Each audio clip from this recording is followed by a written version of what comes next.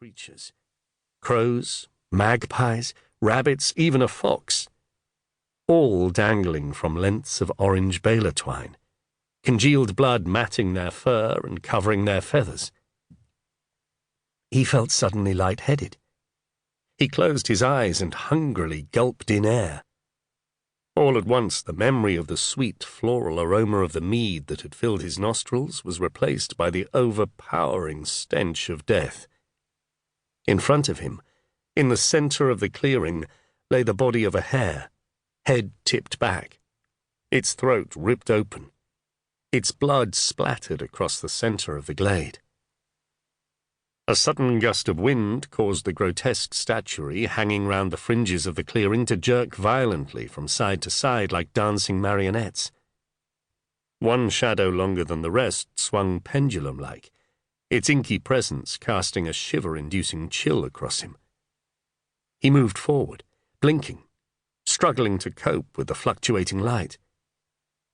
He was close enough now to see a bluebottle crawl across the head of the figure, moving from the corner of the lipstick-covered cherry red of her mouth, across the bridge of her aquiline ash-grey nose, and finally alighting on her open eyeball. He took in the dark hair falling almost to her waist, and the familiar form of her tall, slim figure. From somewhere a memory surfaced of those lips moulded seductively around a cigarette. He turned aside, retched, and threw up. Chapter 2.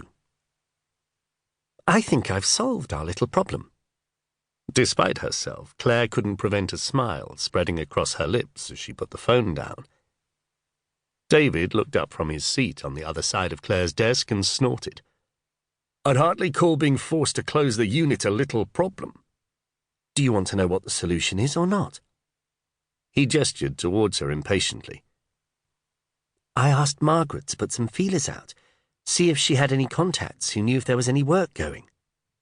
David looked at her disapprovingly. Professor, now Dame, Margaret Bockford, had been a supporter of the Hart Archaeological Research Institute since its foundation. Her support had even survived the university marketing department's decision to give them a trading name of the Hart Unit. In Margaret's view, a lamentable development, and one that had proved to be a source of endless mirth among their colleagues. But Claire knew David resented having to ask anyone, and especially Margaret, who'd already done so much to help them, for assistance. You can pull all the faces you like, but you've seen the figures. We're in no position to be precious about this. Anyway, there's no point in having friends in high places if they can't do you the odd favour.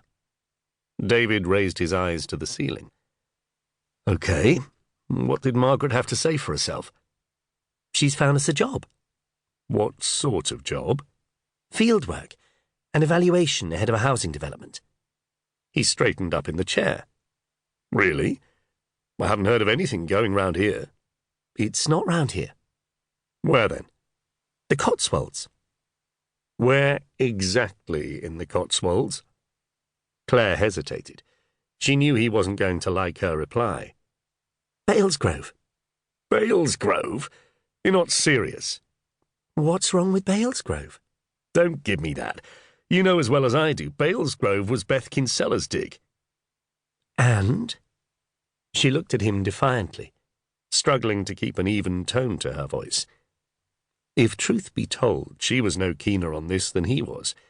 But if they had to close the unit, she'd be out of a job. It was all right for David. He was safe as houses in his lecturing job with the university. But if the unit shut, she had nowhere to go. And Beth Kinsella was found dangling dead as a dodo amid a collection of assorted rotting bunny carcasses on that site. Since when did you believe everything you read in the papers? Anyway, we can't afford to be picky. Picky? Christ, Claire, that place will be crawling with police. I'd have thought you'd have had enough of that after Hungerborn.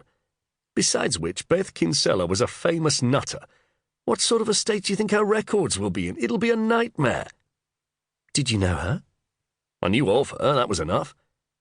Well, maybe you should suspend your judgment until you see the site records.